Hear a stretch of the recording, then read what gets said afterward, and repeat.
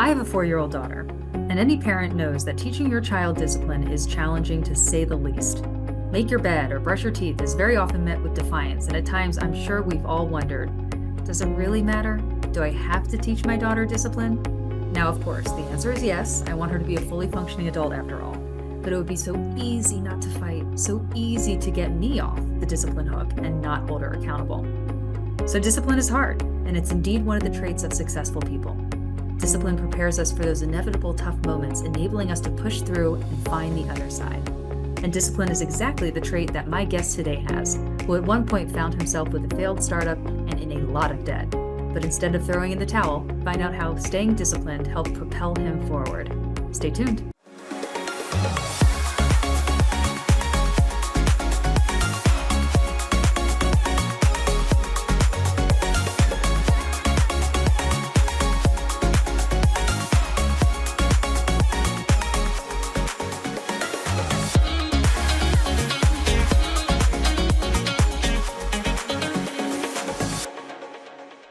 Welcome to Invest Insights. I'm your host, Abby Lindenberg. Today, I am joined by entrepreneur, speaker, coach, and columnist, Daniel Marcos. Marcos began exploring his entrepreneurial talents at the age of 8 and has not stopped creating since. He always had his hand in some type of business, often putting homework to the side to devote more time to his passion.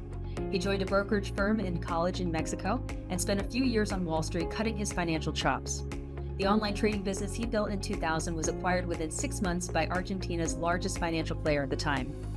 Although he was hard hit by the crash in 2008 and found himself in $1 million in debt, his experience and prior success under his belt enabled him to bounce back.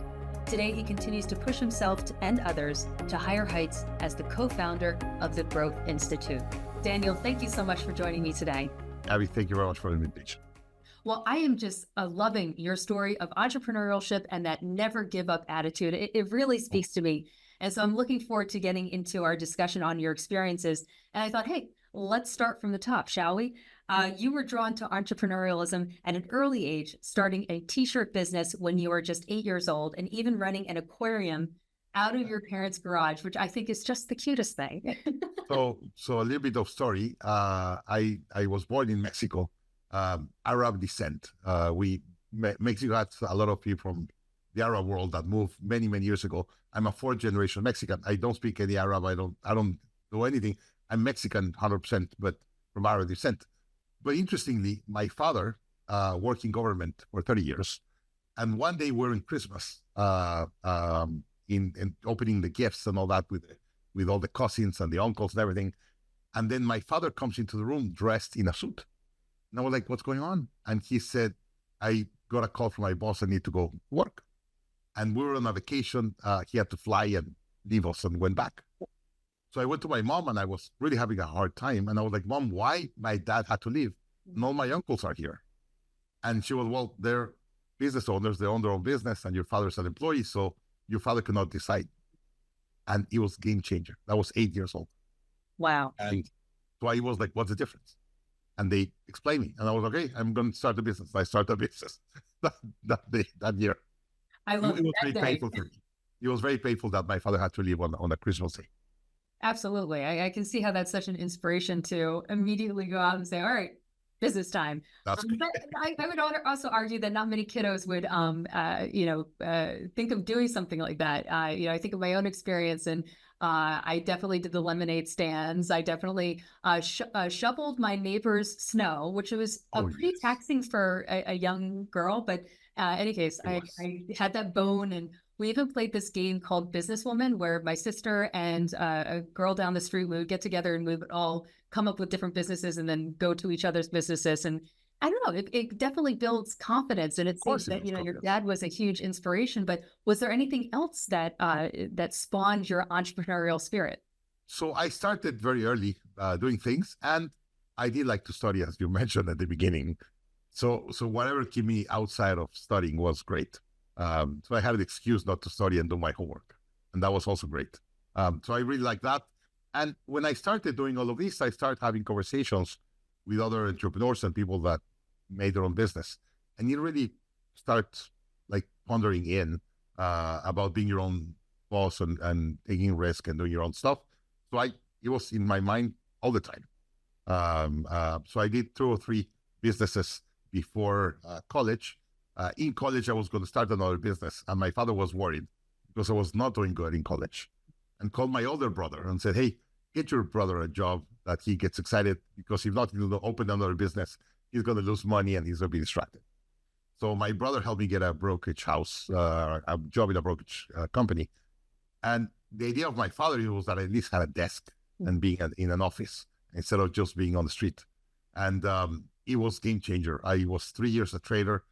By when I finished college, I've been 3 years working there, and I already had a portfolio, probably $30 million or so, that I was investing for my clients. And at that age, already had that portfolio. It was a huge learning environment. And anyway, I really enjoy being an employee. I loved it. I ended up working 5 years, 3 years in a brokerage house, 2 years in Hong Kong in the Mexican consulate. And I could say today that I wouldn't be the entrepreneur that I am today if I didn't understand what it was to work for someone else and really understand leadership and how to be a boss and the rest. Tell me a little bit more about those experiences. How did it shape you? What was an impactful moment where you were like, nope, this was a good experience. I enjoyed learning about myself as an employee, but I have other things to do. So I remember in college, I had a couple of friends that were entrepreneurs, that because we're the entrepreneurs, we were all the time talking about businesses. And I started seeing their life, and my life was way more disciplined and structure. Theirs was a mess. And I was way more structured because I was going to an office every day. I got a paycheck. It was a very disciplined experience, or a very different experience. And that, when I was a kid, I didn't understand until I grew up and I could see that financially I was way more stable. My time in the office, all of that, and my friends that were entrepreneurs was a mess. So after college, I said I still want to work a couple more years. And I got a job in Hong Kong in the Mexican embassy or consulate, and it was a game changer. It was a lot of fun. You know, you brought up your experience with education, and you actively avoiding education from time to time, probably getting ants in your pants and wanting to get more experience than sit in a classroom. And I think nowadays there's a huge dialogue going on about what is the value of higher education. And as a mother, I'm absolutely rethinking my structured thoughts on what it means to go to university and college. Looking back at your experience and kind of looking at where we are today, how would you comment on the role of higher education and how applicable it may or may not be now and moving forward? So my daughter is 19. She's been in college for 1 year. And we had a big debate. You should really go to college. And more with the college cost today in the US. I told her, hey, it's going to cost me to take you through college X amount of money. I could give you that amount today, and I'll help start a business. And she was like, no, I still want to go through college. And I was like, fine. So we had a lot of discussion around it. And for me, college has, first, it's a great space to be with friends and kind of understand what kind of adult you want to be in an event or an environment that you could make a lot of mistakes and nothing happens. There's not really impact. But what I really believe college gives you is that discipline and structure. It's not about what you learn. It's just the discipline and structure that you get. As an example, I studied industrial engineering in college. And when I was graduating, my friends that were going to work as an engineer to a company, they were making like a $350 salary a month. I was like, how can you live with that? It's impossible. So I was making way more in the brokerage house while I was working part-time or investing money. So I think college is very important to give you structure, but there's many other ways to get that structure. As an example, I in Growth Institute, we serve probably 1,200, 1,500 different businesses around the world. So I talk to business owners all over the world. And I told my daughter, tell me whatever industry you want in the world and what country, and most likely have a client in that industry, in that country. I could get you 4 internships of 1 year. And instead of working, go and do an internship, and you will get the same discipline and structure that you will get in college. And she still chose college, but I thought that was a great way for her to still have those 4 forming years in 4 different countries, working for 4 different companies, and still getting that discipline structure. And you don't get, of course, all the college football games and all the other things that are a lot of fun. But for me, college is that discipline structure that you have to get before you go into the real world. Absolutely. And really putting the onus finally on yourself. You're carried through by parents and high school and whatnot. And then you go off to college and have to, well, you have the opportunity to make it happen. And internships can surely guide you in various amounts of ways. So just to give you an idea, when I moved to the US, I have a US partner today, an American partner. And one day he introduced me as, hey, Daniel Marcos graduated from Babson, MBA. And I told him, like, do you really care about my MBA? And he said, no, I don't care at all. But when I'm introducing you, you're from Mexico originally. If you've done an MBA in the US, that means you understand the US culture of business. So that gives you a certain stamp that you at least understand certain things. Like if you went to Harvard, you're very well connected and you have certain structure that you're able to hire or graduate from that university. So it gives you at least a stamp to get some confidence in your first job. After your first job, college doesn't matter. Good. You've mentioned the Growth Institute a number of times, and I wanted to get to that. The see a need, feel a need mindset was what led you to start the Growth Institute. You realized a business cannot evolve beyond what the CEO can handle, and that executive leadership training should be made more accessible to growing companies. What have you learned about your own leadership style and the ability to process in the process of training and teaching others to become better leaders? So first, I'm an avid reader. You could see I probably read 2,000 business books. I love reading business. My problem is I read a business book, I go to a conference, take a course, whatever. I've been a member of EO and YPO for many, many years. So I'm all the time talking to speakers and learning from their content and book authors. And then because I'm the one that understands the subject the most, I had to lead the implementation in my business or the improvements. I don't have enough time or hands to be able to do all the improvements. So we said, let's build a company or university or education institution I wish I had when I was scaling my business. Just as a background, the business that I started, I sold, we joined this company in Argentina that at the time that we joined, we were probably 100 employees, the 3 companies. It was one company in Argentina, one company in Brazil and mine. And we sold it again a year later with 1,200 employees. So it went from 100 to 1,200 in a year. And it's impossible that you teach everyone what you want them to teach. You could explain the book or the methodology or whatever. So we said, why don't we build something that you're going to go through a class online with videos that it's a much better experience, but together with your team. And that way you agree together, learn together, agree what you're going to do, and then your team could implement without you. And by the way, it has worked like charm.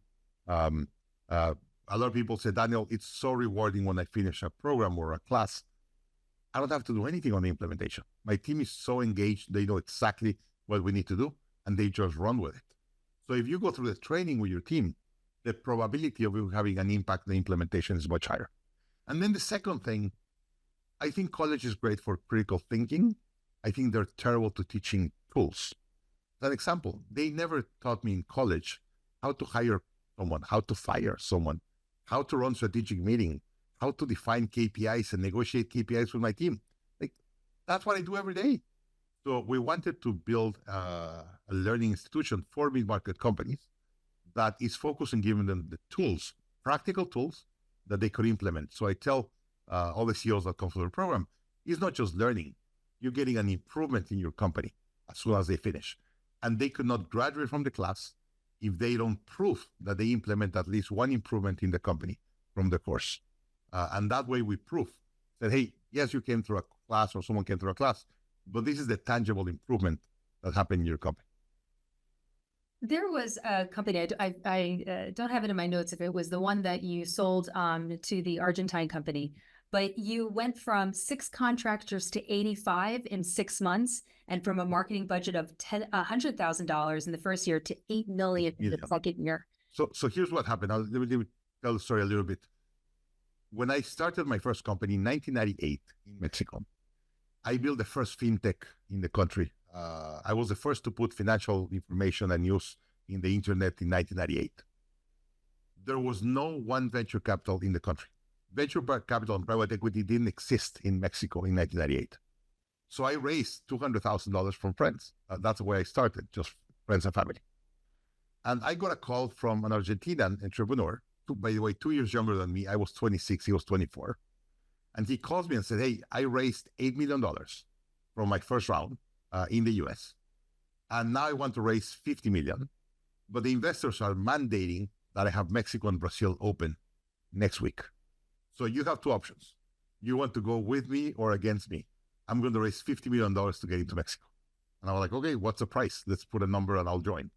So we agreed. I got some stock ownership in a new company. He did the same with a Brazilian company. And now we went to New York and said, okay, great. We have Argentina. He already had Chile and Venezuela. But the two countries that really matter in Latin America in size is Mexico and Brazil. And by the way, stock market, we were going to do stock trading. The only two stock markets that really have an impact of size is Mexico and Brazil. So we went to New York and said, okay, we have Mexico, Brazil, Argentina, Chile, and Venezuela. Give us the money. We raised $53 million in December 1999. And then we sold it in April, really 4 months later. And our investors that invested in December, they got 500% return in 4 months. Wow. By April. But we were the biggest platform by far. And after the 53, Santander acquired us and then invest probably 200 million more. So imagine there was no venture capital in the country and we had 250 million to build Patagon in Latin America. It was crazy what we were able to do. Starters are constantly preoccupied about raising money. What would be the advice that you would give to someone who is looking to raise capital today?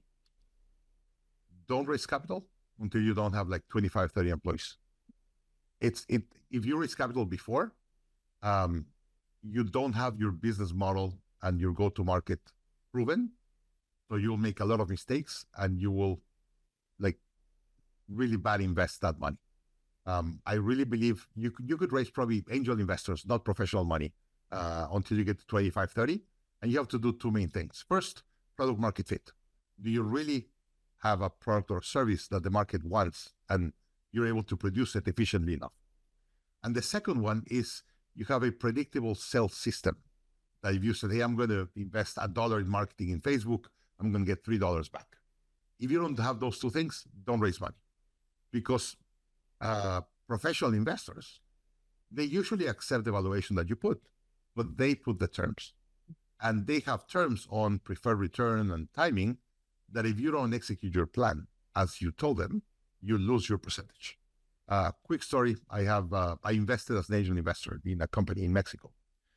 They end up going to the US, raising a lot of money. They sold the company in $85 million. Imagine two Mexican entrepreneurs. They do a technology company, come to the US, start selling to the US. They even sell to the Pentagon. They sold it for $85 million. When they got the money, all the investors got their money plus their preferred. I, as an angel, got zero. The founders got zero. So imagine being a founder of Mexico, selling a company in the US for $85 million and going back to your house with your bags with no cash. If you don't know how to deal with venture capital or professional investors, don't do it. I raised a lot of money from professional investors and I made a lot of mistakes. So don't do it. And preferably you have 20 or 30 employees and you have proven your product market fit and predictable sales model. Don't do it before. Absolutely. And as you point out, being an entrepreneur, you're taking on a lot of challenges, and some challenges and situations are bigger than others. You launched a business just before the 2008 financial crisis, and the business was shut down, and you took on $1 million in debt. Despite the setback, you were able to bounce back.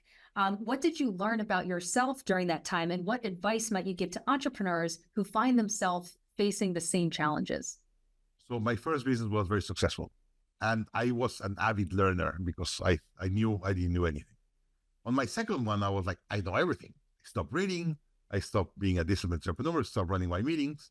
And by the way, I started a mortgage bank to fund undocumented Hispanics and buy houses for undocumented Hispanics. So I was the subprime of the subprime. There was no one more subprime than me. And of course, I got hit really, really bad 2007. But a lot of people said, well, it was the market. It was a very tough time. Yes, I get it. But my company was not in a good spot when 2007 happened. And of course, I was wiped out immediately because I was a very undisciplined entrepreneur. Because I thought I drank my own Kool-Aid and thought that it was great. And I went back to discipline and structure. And that's why I was able to bounce back the way I bounced back.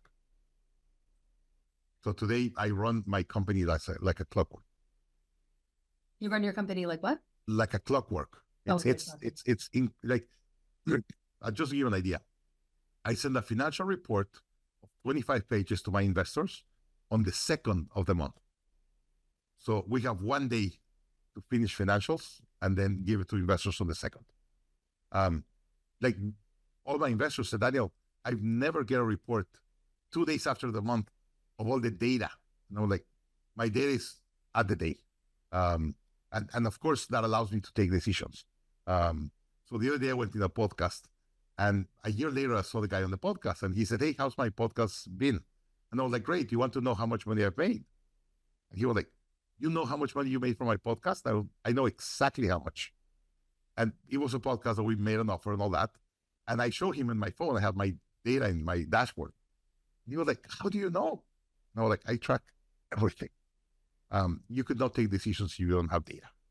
So today, everything in my business has data, and we could tell you exactly what happened and why, because of the data. Absolutely. I think the digital present is ever more omnipresent. Oh, If you don't know your numbers, there's no way you can grow. That's 100% right. Well, I like to end all of my interviews with a bit of a lightning round. So my first question to you is, describe yourself in one word. Entrepreneur. Why? I've been an entrepreneur for 25 years. I pay payroll every week for 25 years. And I love it. That's who I am. I'm a father, I'm a husband, all that. But in the business world, I'm an entrepreneur. Define the word drive. To have the passion and discipline to get things done. What is the most impactful book that you've read? Scaling Up is the one that has the biggest impact on me by Verheim. What is the best advice you've ever received? Listen to yourself. We listen to too many people and we want to make too many people happy. The only person that makes that, if I care that I'm happy, it's me and of course, my wife and kids. But I stopped listening to it. And speaking of happy, what makes you happy? What makes me happy? That my kids, when they're older, they want to spend time with me. So a couple of months ago, as an example, I went with my son to visit my daughter to college. My wife had a trip. So I said, hey, I'm here on the weekend without nothing to do. I'm going to go and see my daughter. So I called her and said, hey, we're going to go. And she picks me up and there was a bag in the car. And I was like, why do you have your bag? Oh, I'm going to go with you guys to the hotel. So my daughter was in college and I was there for the weekend. And she said, because I want to spend almost time with you, I will stay with you guys in the hotel. I thought that was brilliant. I love that.